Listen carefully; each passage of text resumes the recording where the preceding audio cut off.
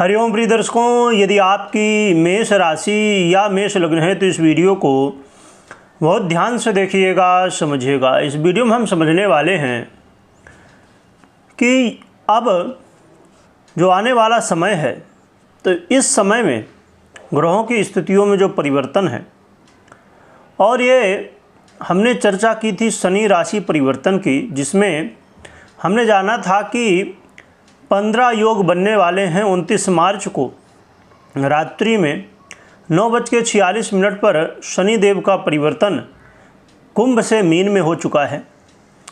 और ये परिवर्तन और 6 ग्रही योग बनना, 6 ग्रह एक साथ होना, जिसकी वजह से 15 योगों का निर्माण हुआ था, जिसमें से कुछ राजयोग थे और कुछ दुर्योग। तो राजयोगों की चर्चा हमने इससे पहले की है। यदि आपने वीडियो नहीं देखी है तो अवश्य देखिए, जिससे इन दुर्योगों को समझने में काफ़ी आसानी होगी। और जब हम दुर्योगों की बात करें तो कहीं ना कहीं मन में भय उत्पन्न होता है, मन में कहीं ना कहीं ये लगता है कि समस्याएं हैं। परंतु जब आप राजयोगों को भी समझेंगे तो ये मन में उठ रही समस्याएं, मन में शंकाएं जो उठ रही हैं, तो ये दूर होंगी। इसलिए आप अवश्य जो राजयोगों की इससे पहले वीडियो है उसको देखिएगा। मेष राशि है तो मेष राशि के ऊपर भी वीडियो राजयोगों की बनी हुई है। आइए हम समझते हैं कि कौन कौन से दुर्योग हैं और इनका क्या प्रभाव हमारे जीवन में पड़ने वाला है। क्योंकि देखा जाए तो ये दुर्योग जो बनते हैं उनसे कहीं ना कहीं हमारे जीवन में समस्याएं कई तरह की होती हैं।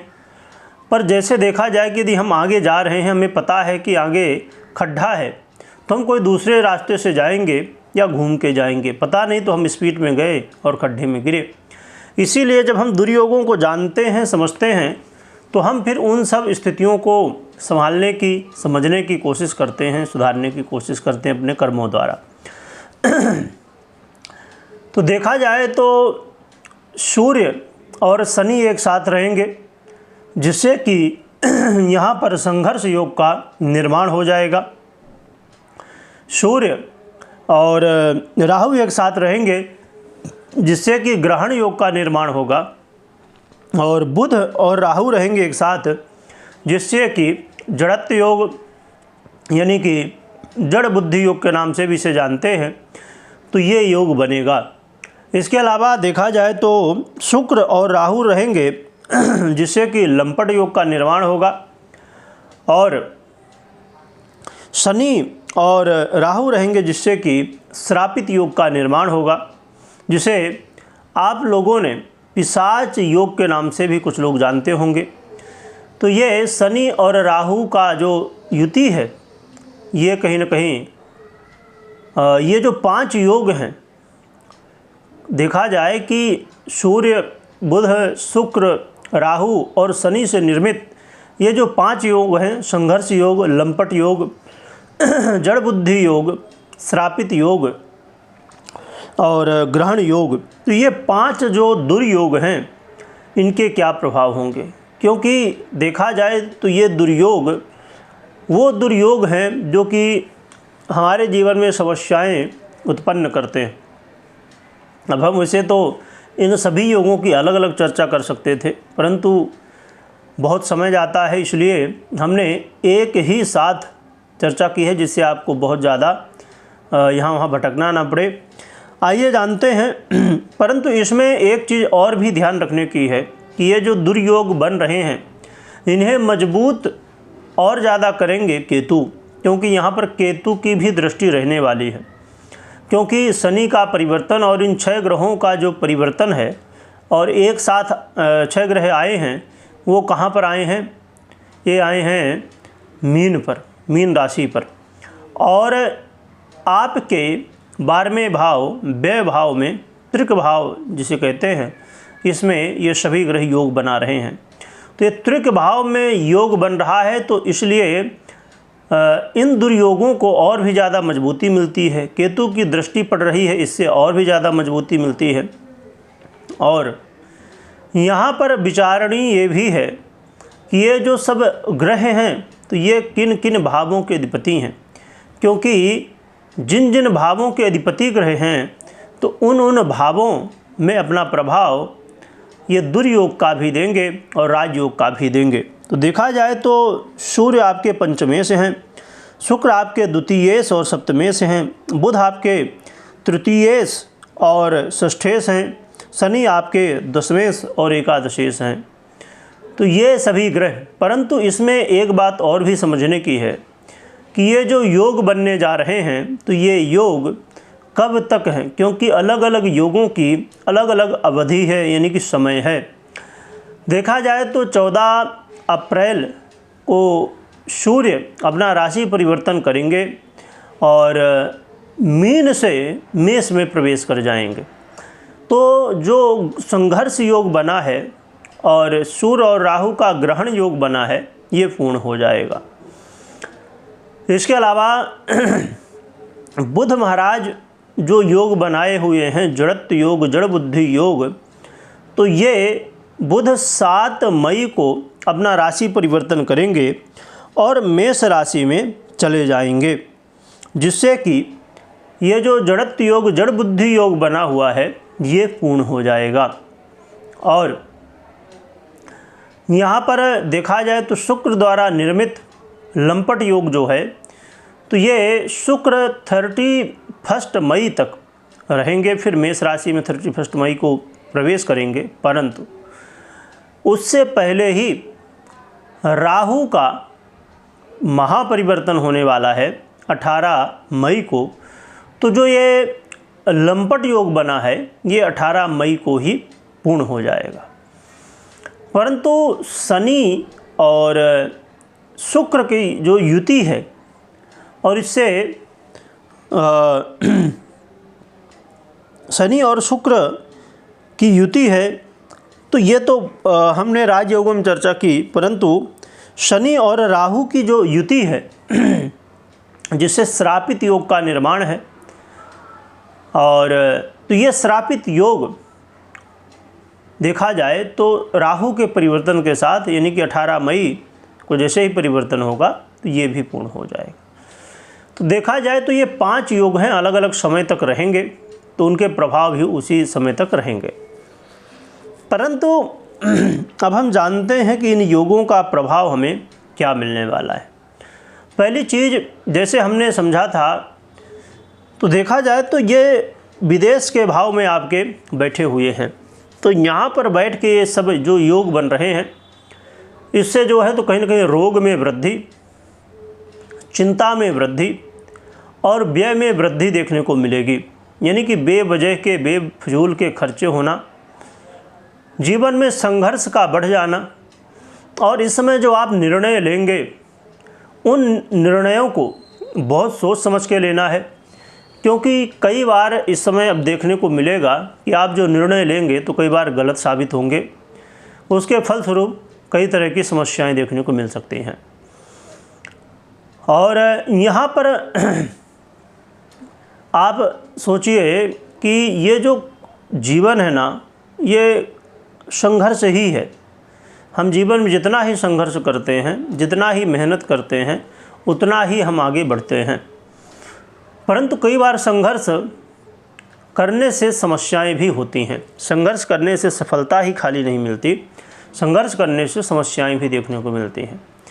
तो ये जो योग बनने जा रहा है, इससे जीवन में कहीं ना कहीं भय की स्थिति भी बनेगी। कई लोगों को इसका प्रभाव देखने को मिलेगा कि व्यर्थ के चिंताएं मन में आ रही हैं, व्यर्थ की बातें मन में आ रही हैं, जिसकी वजह से समस्याएं देखने को मिल सकती हैं। और वाणी को बहुत संयमित रखिएगा, क्योंकि कई बार इसके प्रभाव से वाद विवाद की स्थितियां बनेंगी। दाम्पत्य जीवन में बहुत अच्छे से आपको मिलजुल के रहना है, कर्ज लोन आदि से दूर रहना है, किसी से वाद विवाद नहीं करना है आपको। और जैसे मैंने पहले ही कहा कि कोई भी निर्णय लेना है तो जल्दबाजी बिल्कुल भी नहीं करना। कुछ भी आप काम कर रहे हैं तो वहाँ पर धैर्य के साथ करिएगा। साथ में फाइनेंस को बहुत अच्छे से बचाना है, जिससे व्यर्थ का व्यय ना हो।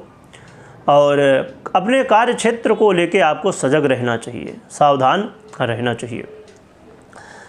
और जो लोग विदेश से जुड़े हुए हैं, तो जैसे देखा जाए तो यहाँ पर विदेश यात्रा करने का मौका तो मिलेगा, विदेश से जुड़ने का मौका मिलेगा, चाहे आप जॉब के रूप में हो, चाहे आप नौकरी के रूप में जुड़ना चाहते हो, ये व्यापार के रूप में जुड़ना चाहते हो या नौकरी के रूप में, जैसे भी, तो मौका तो मिलने वाला, क्योंकि राजयोगों का निर्माण है, तो उससे मौका तो मिलेगा। यहाँ जो स्थितियाँ हैं उससे मौका तो मिलेगा, परंतु साथ में संघर्ष भी रहेगा, है ना।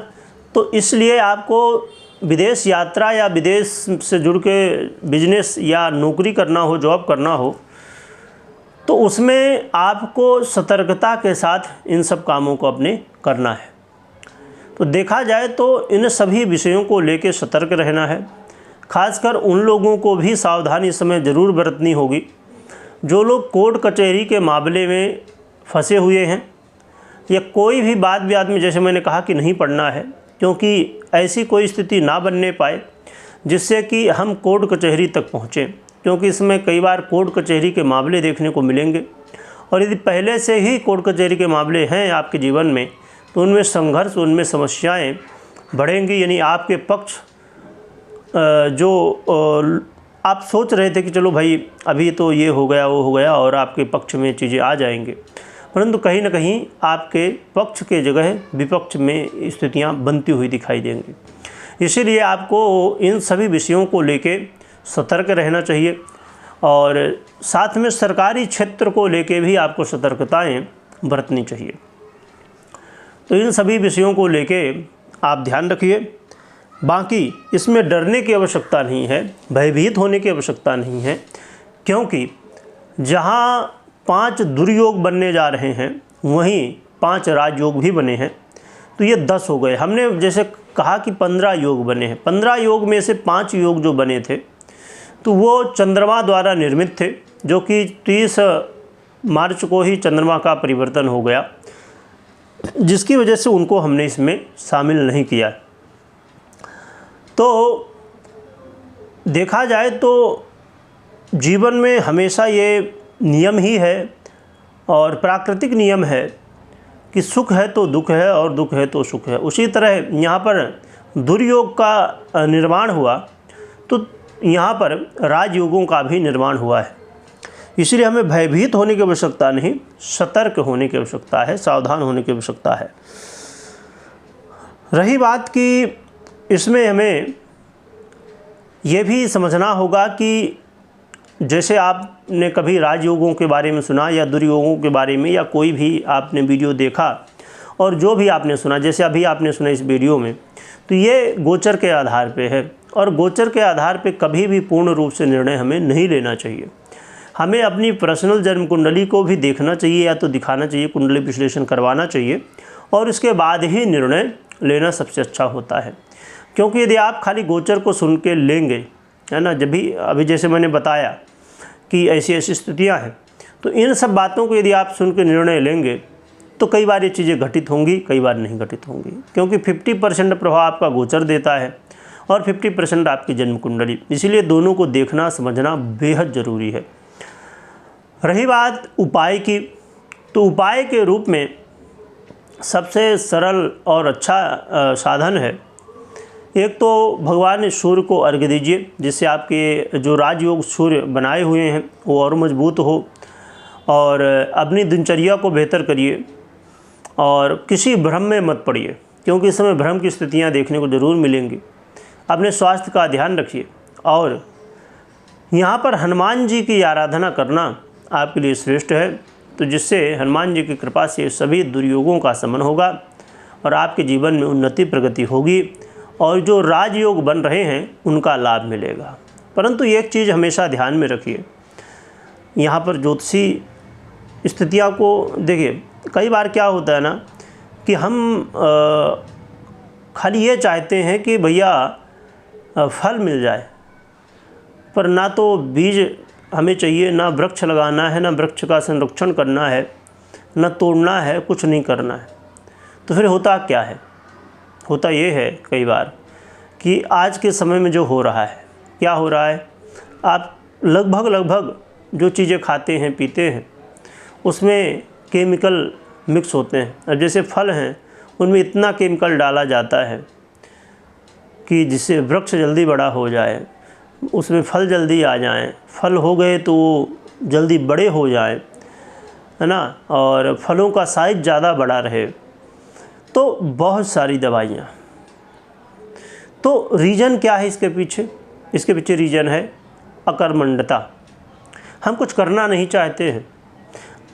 वैसे तो आज के समय में ये थोड़ी मेरी बात बहुत लोगों को सूट नहीं करेगी और इस बात को बहुत लोग एक्सेप्ट नहीं करेंगे। प्रिय दर्शकों, अब जैसे आप भी कभी बाहर जब जाते होंगे, सुबह सुबह आप बाहर जाइए तो काफ़ी लोग, यदि कहीं नाश्ता कुछ मिल रहा है ना, तो वहीं पर लोग आपको देखेंगे कि भीड़ लगाए हुए लोग। पुरुष तो ठीक है, महिलाएं भी। आप कहेंगे इसमें अलग क्यों, आप भेद कर रहे हो? भेद नहीं, महिलाओं को ये जीवन में पूर्णता के लिए पुरुष और महिला, प्रकृति और पुरुष बनाया गया। और जो महिला है यानी प्रकृति है, उसे अन्नपूर्णा का स्थान दिया गया। तो यदि खुद अन्नपूर्णा ही बाहर का बना हुआ नाश्ता, खाना, भोजन पानी करेंगे, यानी कहने का मतलब मेरा ये है, यदि जिस घर में महिला पुरुष दोनों हैं, शादीशुदा हैं, या घर में माताएं बहनें हैं, तो उस घर में भी यदि बाहर नाश्ता बनता है, बाहर ही भोजन होता है, नाश्ता होता है, तो फिर ज़रा सोचिए कि फिर क्या होगा। वहाँ पर इतना तेल मसाला और कितनी शुद्धता है, कितनी नहीं है। तो ये सब चीज़ें होती। अब हाँ, ये एक प्रश्न और उठता है कि आज के समय में लोग, भाई बहुत सारे ऐसे पति पत्नी हैं जो कि काम में दोनों जा रहे हैं, तो फिर दोनों को बाहर खाना ही पड़ेगा, बात ठीक है। परंतु यही तो है, यही रीज़न है और यही सब स्थितियां हैं। देखिए, कोई चीज़ एक बार में नहीं आती हैं। आपने जैसे अभी सुना होगा कि शनि का परिवर्तन होगा तो ये होगा वो होगा। क्यों हो रहा है ये सब? कर्मों का ही फल है हमारे। क्योंकि जब आज हम इतना समय नहीं दे अब देखिए, ये बातें थोड़ी मैं ज्योतिष से हट के कर रहा हूँ, परंतु आप लोगों के हित में है इसीलिए कर रहा हूँ। क्योंकि ये ज्योतिष की तो है ही है और ये चिंतामणि की हमारी पूरी फैमिली है, तो ये फैमिली जैसी है, तो बातें भी कई बार ज्योतिष से हट के भी हो जाती हैं। यहाँ पर विचार करने की बात है कि हम पहले खूब भागते हैं, दौड़ते हैं, हम और हमारी धर्मपत्नी दोनों नौकरी में जा रहे हैं और काम कर रहे हैं, जो भी कर रहे हैं, नौकरी हो बिजनेस हो, तो पहले खूब मेहनत करते हैं, भागते हैं, दौड़ते हैं और बाद में वही पैसा हम डॉक्टर को देते हैं। पहले हम हेल्थ का अपने ध्यान नहीं रखते, बाद में हेल्थ को अच्छा बनाने के लिए हम जो मेहनत करके कमाए हैं पहले, तो उसी को फिर देते हैं। इसलिए इससे बेहतर ये है कि हम पहले ही अपने हेल्थ का ध्यान रखें, जिससे आगे चल के पैसा थोड़ा कम कमाएं, वो तो ठीक है, पर हमारी हेल्थ ना ख़राब हो। क्योंकि पैसा आप कितना लगा दीजिए, हेल्थ ख़राब हो गई तो फिर वापस नहीं आते। तो ये बातें थोड़ी कड़वी हैं और कई लोगों को लगेगा कि इससे ज्योतिष से क्या मतलब है, ग्रहों से क्या मतलब है। प्रिय दर्शकों, ग्रह कुछ नहीं करते, ज्योतिष भी कुछ नहीं कर रही है, मात्र आईना है। ग्रह क्या है? उनका काम है जो जैसा कर रहा है उसको फल देना। तो हमें अपने कर्मों को सुधारना है। यदि ग्रहों को सुधारना है तो सबसे पहले कर्मों को सुधारना है।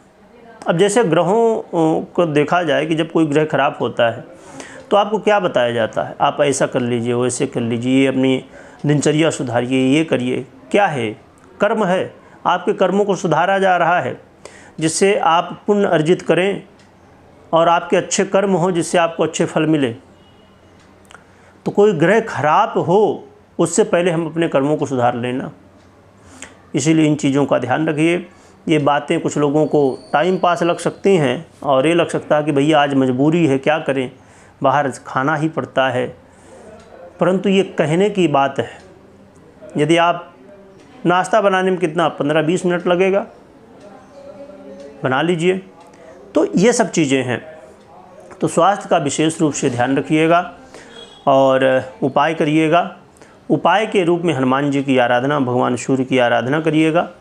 वीडियो देखने के लिए बहुत बहुत धन्यवाद।